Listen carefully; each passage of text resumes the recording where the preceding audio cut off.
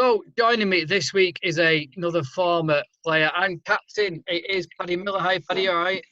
Yeah, good Luke. How are you, mate? All right. Yeah, really, really good. Obviously, you're probably glad to be out of football at the minute. It's a hard time for everyone. Everyone's trying to get back into fitness as well. But for you, you can just sit back and relax, I'm guessing.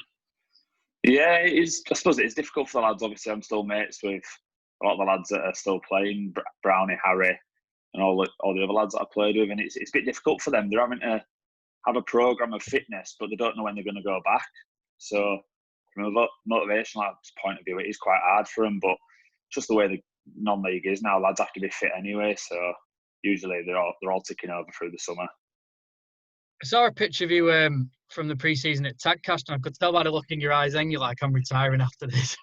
Yeah, it was tough. Yeah, that was when Mikey, who was gaffer at the time, he works for Leeds Academy now. But yeah, some of them lads were really fit. You had the likes of Billy Whitehouse, and who'd just come out of pro football with Leeds, and people like that, Katie Stewart, and they were really fit. So I remember us lining up to do this running drill, and I was stood next to Harry and Billy Whitehouse, and I just said, I ain't running with these, and moved into another group. Just pulled out, yeah. Yeah. I mean, obviously, you've had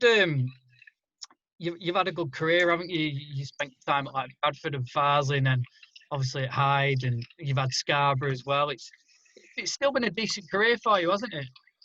Yeah. I think when I first started playing non-league with Yorkshire Amateurs, I didn't obviously you want to play the best level you can and win and get promoted as many times as you can. And when I look back to then, I didn't think I'd have played for some of the clubs that I've done and had the success as well. But a lot of it was hard work as well. Big commitment, keeping fit. I think everyone I've kind of played with usually called me in the few times in the busiest in the dressing room. I tried to keep standards on top of stuff. But I think without sort of the work ethic, I wouldn't have been able to do half of the stuff I did. I mean, tell us about your time then at Hyde. You were brought in halfway through the Darren Kelly's first season, I think it was. Seeing you play at Farsham was like really impressed, and then heard you were signing and were really excited, and kind of you came in and, like you said, you set those standards straight away. Gave us a good platform to build on for the season after then to get promoted. Yeah, definitely. Yeah. I came in around the January time when it was Gaffer's first season at the club, and I was captain of Farsley at the time, and we were going to try and win the league. It was one of them where I wasn't really enjoying it at Farsley due to various reasons and that sort of thing. Had a lot of friends there at the club and all that, but it wasn't right for me. I was a big believer in non-league where you need to get kind of a work-life balance and enjoy it as well. That was the first and foremost thing, to enjoy it. So Darren phoned me. Obviously, I was friends with the gaffer away from football from when he played for Scarborough. So we'd always stayed in contact, and he'd always been good with me with advice and that sort of thing. So he just phoned me up on the off chance and just said, "Do you fancy coming?" Made me an offer and just said, "These are the sort of players we're looking to do. This is what I want to achieve this season. But next season, I want to take the club up. I want to get promoted." It was one of them. I'd looked and I just said, I'll need a couple of days to think about it. I didn't want to rush into a decision. But after speaking to him, and obviously being such a good mate, I phoned him back 10 minutes later and just said, "Yeah, I'll sign. I'll come meet you." Brilliant. And then obviously season after, as you said, there's some ups and downs in that promotion season, wasn't there? You had a up and down last few weeks of the season, wasn't it? I mean, there was that goal at Radcliffe, that penalty, which really kind of settles on the way. And then that game at Mosley, I mean, that was a heart, what's the word? It was a sort of a heart thumper, that game at Mosley, wasn't it? Yeah, it was a bit of a crazy end to the season, to be fair. I think we'd gone through a bit of a spell where we probably stuttered over the line towards the back end of the season. We were struggling to get goals. I remember us going to Atherton, and I think we either drew or lost away towards the back end of the season. And obviously, myself and a couple of lads took a bit of stick about it with performances and that sort of thing, which I didn't think was just. It was one of them. I didn't mind taking a bit of the responsibility for it. I remember after the game, to be fair, TY, I missed a header where I should have scored to equalise, and TY let me know that I should have scored as well. And I remember responding to TY saying, "If we're relying on me to score to get us promoted, then we're going to struggle." And then weirdly enough, I scored in the next 2 games and we ended up getting promoted. So it's a bit weird, really. But yeah, the Radcliffe game, strangely enough, that was probably one of my favourite games for Hyde. There was a lot of pressure on the lads that night. We knew we had to win, really, to try and get that automatic spot. And I think we got a pen. I remember coming out of the dressing room and I said to TY, I said, I'm on penalties tonight if we get one. So he said, yeah, no problem, because I want the penalty taker. And in the car school on the way there, I actually said, obviously I did a bit of a jokey celebration with the fans, and I told the car school what I was going to do if I scored beforehand. So we got a penalty early doors, and then obviously Big's unbelievable free kick in the second half just secured the win. Yeah, what was it like? Well, before we move on to Big, I mean, that Mosley game, going into it, I think it was the 5th minute of injury time. It was a draw. It would have meant we'd have had to have won the game at home the week after. You went up for the corner. What was in your mind? Was it just kind of, was it planned to say, just put it on my head, or was it just trying to peel away and get your head on it? It was one of them where I remember us jogging up to it, and we played a lot of games in a short space of time. And we had TY and Gaz had worked really tirelessly throughout the season on set pieces. We scored quite a few from corners with different movement patterns. And we had a set run we should have done. I remember me and Tyrone were going up for the corner, and I said, we could win this here. And I said, I'm going to have to start inside the box, mate, because I ain't going to make the ground up because my legs had gone at that point. And if anything, I was just trying to take centre halves away with me, because I think there were 2 picking me up from the corner. And then obviously Yanni's put the ball bang on the 6-yard box. And I think with how good the delivery was, it was probably harder to miss than it was score as well. But just luckily I was on the end of it. Yeah, a pandemonium after it, wasn't it? As well, it was unbelievable, because it was kind of, I think I was commentating at the time, and I said it's now or never, and then next minute it happened, and it was unbelievable. Yeah, well, obviously turned to sprint down the wing, and before I even had the chance to turn the corner flag, I don't know if it's because I was so slow or the bench was so quick, but as I looked up, there were everyone sprinting down the wing. I think Moons and Chris Shaw, quickest one out, yeah.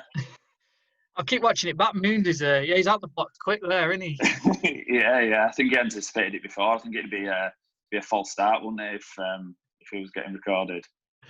Yeah, definitely. But then obviously you moved on to Tadcaster, and you were close to promotion there, weren't you? Yeah, we just fell short. If I'm honest with you, I remember when after that Mosley game away, obviously the car school lads, we went on a night out in Leeds after, and we were just chatting in the car coming back, and I'd actually contemplated retiring after that season.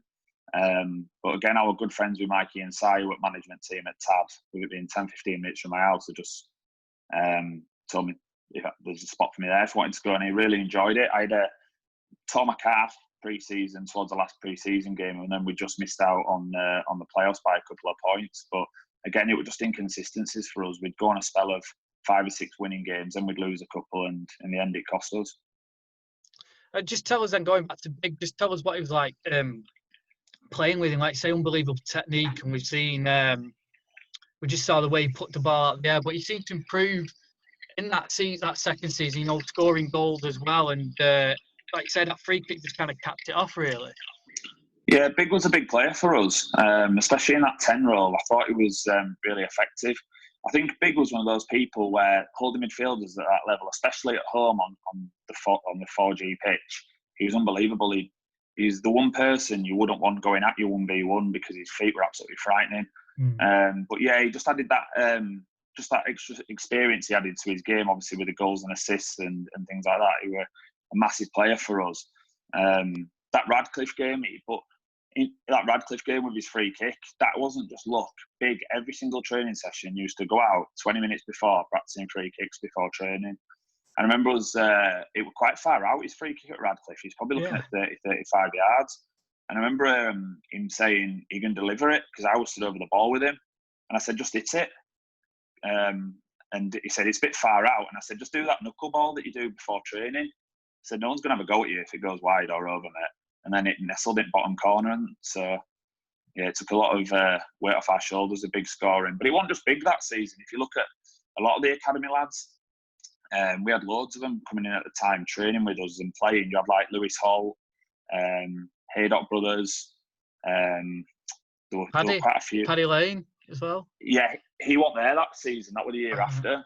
Right. Yeah. But obviously we knew of all these coming through, and a lot of them trained with us as well.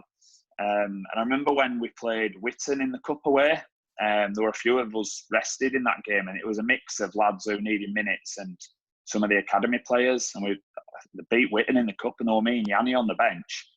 Me and Yanni were joking on the bench saying we're not going to get back in here because the talent coming through were really good. And it was one of them where the squad depth were brilliant. There were a good mix of experience and youth. And we always used to say that whoever you started when you looked at a bench, it was pretty much like for like.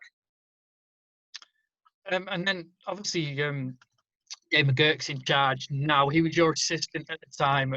What was he like? I mean, could you see him taking a step up to becoming a manager? Yeah, massively, yeah. TY was, the word I described him is very thorough. Everything he does, he doesn't leave any stone unturned. He covers every sort of base, and he's really big on the little points as well. So set pieces, he identifies how many points you can average to win through set pieces, through free kicks, and he's big on that. I remember TY talking about Bielsa before we even knew who he was at Leeds, because he'd read his book. And I remember him blending it to Brownie, which he then read. So he was really big on fitness. The fitness at Hyde was by far the hardest I've ever done in not just pre-season, but throughout the season. Every training session was tracked per kilometre, how far we were running. And then it was analysed as well by TY and the rest of the staff in Sheerlish, who did all our player tech stuff of what games we played the best, and he physically tracked how many kilometres we'd run in training before that game and the intensity level. So he tried to mirror it depending on the game. So yeah, it was a very professional environment that Darren and TY created. But yeah, TY was very thorough. No place to hide then when it came to the tracking devices, I'm guessing, was it? No, definitely not. You knew exactly how far you'd ran. And it was fines as well. So, but it went into the players' kitty fines if you didn't wear the vest or whatever. But I remember the last training session before the season had finished, so we'd already been promoted. But me and Poz were trying to break the record speed on the pods because it told you how fast you sprinted. So we were trying to break them, but he was sprinting and I was throwing mine, trying to get the speed up. But apparently, if you go too quick with it, it just don't register because I was throwing it half a length of pitch. No wonder you did your calving in that next pre-season and running that fast. Yeah, I was throwing mine. Poz were actually doing the running, so I was trying to cheat it. But looking ahead to the season, then, how do you see Hyde going this year? As you say, with Dave, they had a solid first season, didn't he? And he's very thorough. He's happy with the recruitment he's got, and I know the players that have signed have said how professional it is. So, do you see Hyde having a decent season this year?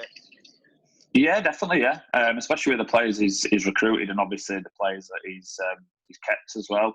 I came and watched the Hyde Scarborough game last season, and to be honest with you, I thought it were two really good teams. But yeah, I'd expect Hyde obviously to be in and around the playoffs this year. Looking at the players that they've signed, and obviously the standards that TY, Gaz, and Chris Shaw and the rest of the team set. They wouldn't be there just to make the numbers up. They'll want to go in there to be competitive and try and get promoted, no doubt. Brill. Well, cheers, Paddy. Thanks for joining us, and best of luck in your future endeavours. Yeah, thanks for having me on, mate. Nice one. Cheers.